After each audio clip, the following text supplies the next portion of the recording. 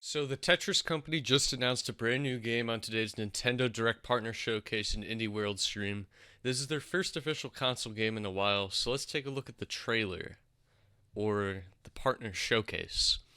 It looks like this game wasn't high enough budget to have its own trailer, so let's let Nintendo do the talking for us. Afterwards, I'll break down what we learn.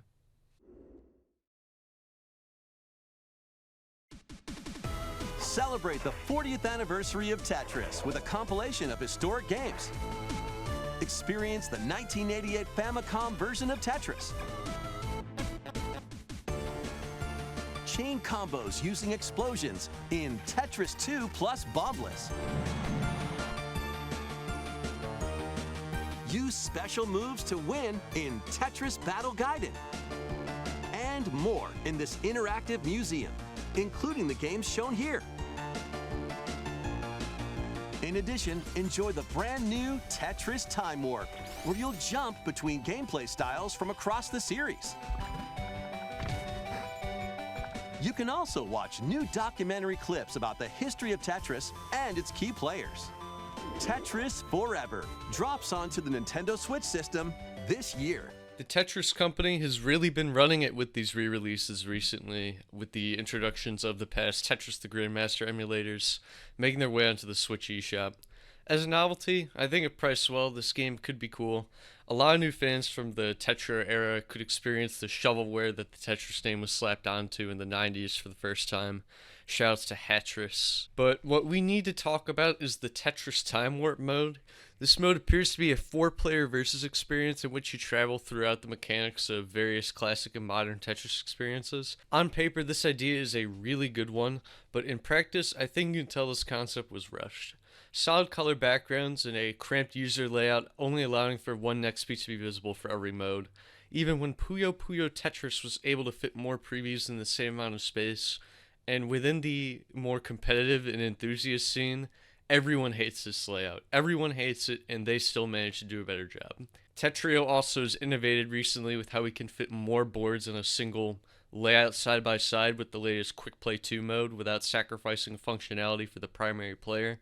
It packs these two boards closer together for more view on the background visuals without sacrificing the amount of previews that the primary player can use. Behind the scenes, I've already seen dissatisfaction between enthusiast players about this new versus mode, but honestly, for casual couch players on the Switch, they're going to enjoy playing this with their family, for sure. One thing I will praise about this mode is I think we will, for the first time, finally be able to play a modernized version of Tetris for the Electronica computer, the first version that Alexei Pajitnov ever made. From what I know, this is the first modern age game that has tried to emulate the Electronica game inside of it. It's not one of the games you can play single player on the retro mode, it's only in the versus mode, so that's kind of an interesting decision as well. But out of all of that, the thing I'm actually the most intrigued about are a few select words mentioned in the small section talking about the included documentary video clips. The Tetris movie released this year, which was a dramatic retelling of the story of how the game was developed and became popular. Funnily enough, I still haven't watched it yet. But specifically, I'm intrigued when they mention that they're releasing documentary segments on Tetris's key players. Will they only ever cover popular classic Tetris players, now that the scene's been graced by Logan Paul's main stage exhibition match? Or will guideline professional players and influencers such as Dormy, Blarg, Wombataz, and more be mentioned in these productions as well? Or will they be even more conservative than just talking about the NES scene and only mention people who played in official events such as the Nintendo World Championships and maybe the newest Tetris Block Party events that were ran by Enhance? I'm genuinely curious about this, and I'm sure I'll make more videos on these documentaries when they air, and we'll break those down as well. Finally, speaking of NES Tetris, they put another special announcement at the end.